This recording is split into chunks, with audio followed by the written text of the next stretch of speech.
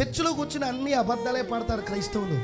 భక్తి లేని క్రైస్తవులు, బుద్ధి లేని క్రైస్తవులు, సత్యాన్ని నిలబెట్టలేని క్రైస్తవులు అన్ని అబద్ధాలే పడతారు. నువ్వు పాడింది నిజమా అబద్ధమా అనేది నువ్వే ప్రశ్నించుకో. నువ్వు ప్రశ్నించుకో చాలు. నిజంగా నువ్వు అలా ఉన్నావా? ఆస్తులు పోతే నువ్వు దేవుణ్ణి బట్టి ఆనందిస్తావా? ఆనందించాడు యోబు. చెప్పండి. ఆరోగ్యం లేకపోతే దేవుని బట్టి ఆనందిస్తావా? నీవిచ్చిన ఈ స్థితిలో కూడా నేను ఉండి నిన్ను స్తుతిస్తాను తండ్రి అని చెప్పి నువ్వు చెప్పగలవా? యోబు చెప్పాడు. యోబుని బట్టి చప్పట్లు కొట్టు. అసలు మనకి ఏదైనా నష్టం వచ్చిందంటే మొహం పైకి లేస్తుందా?